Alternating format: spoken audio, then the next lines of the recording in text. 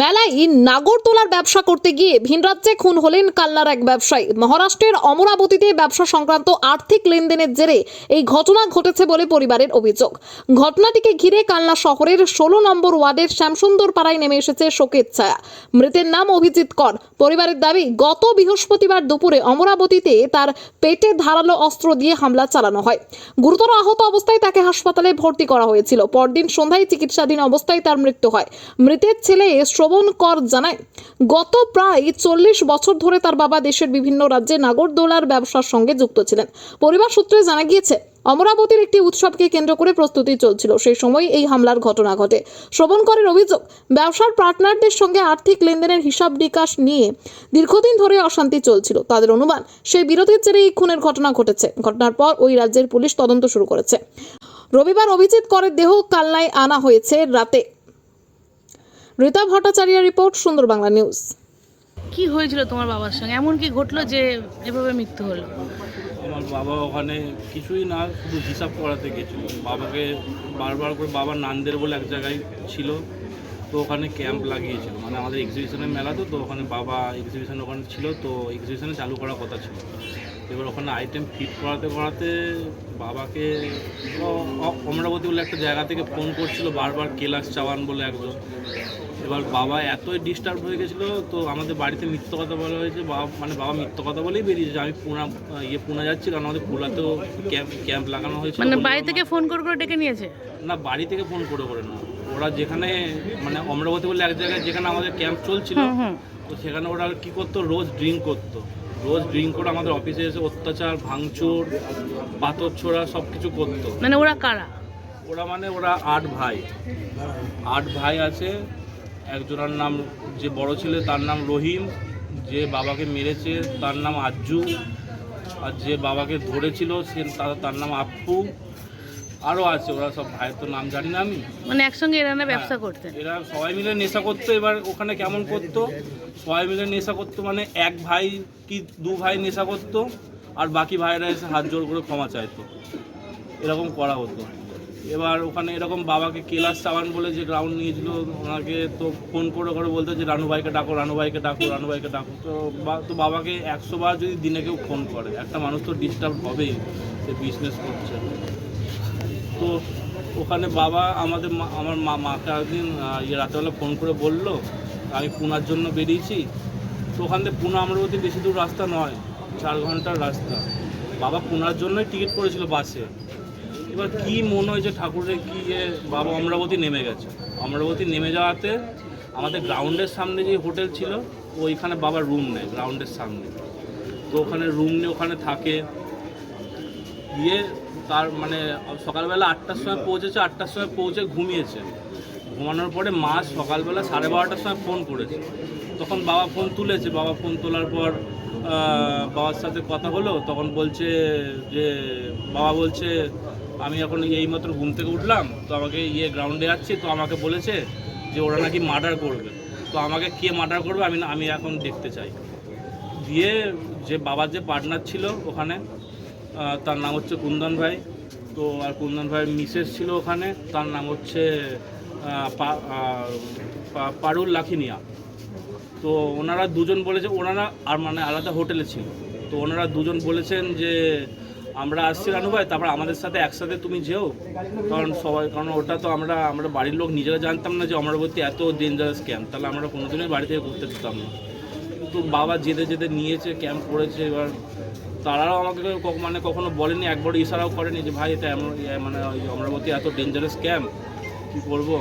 তো ওখানে বাবাকে বলার পরে বাবা যায়। এবার বাবা এমনই ছিল যে ফোনে কথা বলতে হাঁটা দিত, আর নিজে কোথায় যেত নিজে মানে কেউ জানে না।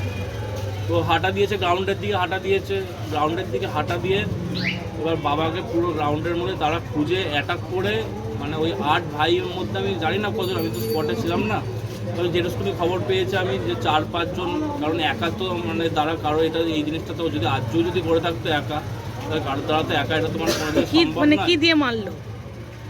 এখন তো আমি 2 রকম খবর শুনেছি। আমি এক খবর শুনেছি যে বাবা গ্রাউন্ডে ঢুকেছে, গ্রাউন্ডে ঢুকে ওখানে মানে গ্রাউন্ডে মানে হেঁটে যাচ্ছিলো, কারণ মানে বাবাকে তারা নেমন্তন্ন করবে, মানে বাবা নিজেই মাংস কেনার টাকা দিয়েছিল, কারণ বাবার তো মনে ওরকম নেই, বাবা নিজে মাংস কেনার টাকা দিয়েছে, মটন এনেছে, সবাই একসাথে খাওয়া দাওয়া করবো, হিসাব ফিসাব করবো, তারপর সবাই মিলে চলে আসবো। তো বাবা গ্রাউন্ডে খেতেই যাচ্ছিলো ওদের সাথে, আর পিছনে কুন্দন ভাই আর কুন্দন ভাই মিসেস ওরা আসবে বলছিল। তো এবার ওনারাও জানেন না যে মানে এরকম বাবা হুট করে বেরিয়ে আসবে। তো এরকম বাবাকে আপ্পু বলে একজন নাকি এরকম ধরেছে, ধরে আজ্জু বলে পেছনে বাঁ সাইডে চাকু মেরেছে, এবার 3-4 বার মেরেছে না একবার মেরেছে ওটা তো আমি বলতে পারবো না, আমি স্পটে ছিলাম না।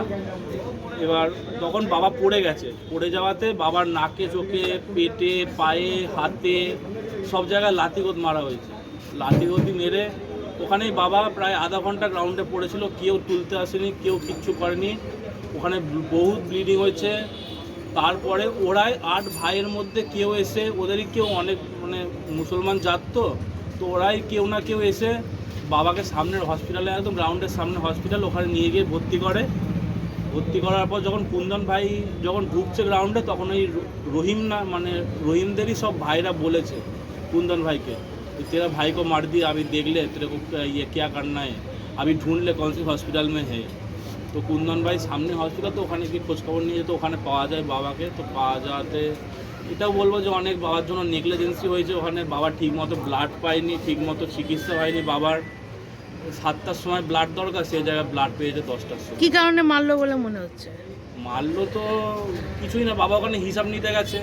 এবার বাবার নামে যদি এগ্রিমেন্ট করা থাকতো পেপারে, তাহলে বাবার গায়ে কেউ হাত দিতে পারতো। এবার বাবাকে মা বারবার করে বলেছিল যে তুমি এখন অমরাবতী যাবে, তো আমাকে তুমি নিয়ে যাবে। এবার বাবা বলতে হ্যাঁ আমি অমরাবতী তোমাকে নিয়ে যাবো। এবার যাইও নি, সবাই মানা করে যে কেউ এসো না এখানে অমরাবতী। কুন্দন ভাই নিজেও মানা করে যে রানু ভাই এসো না অমরাবতী।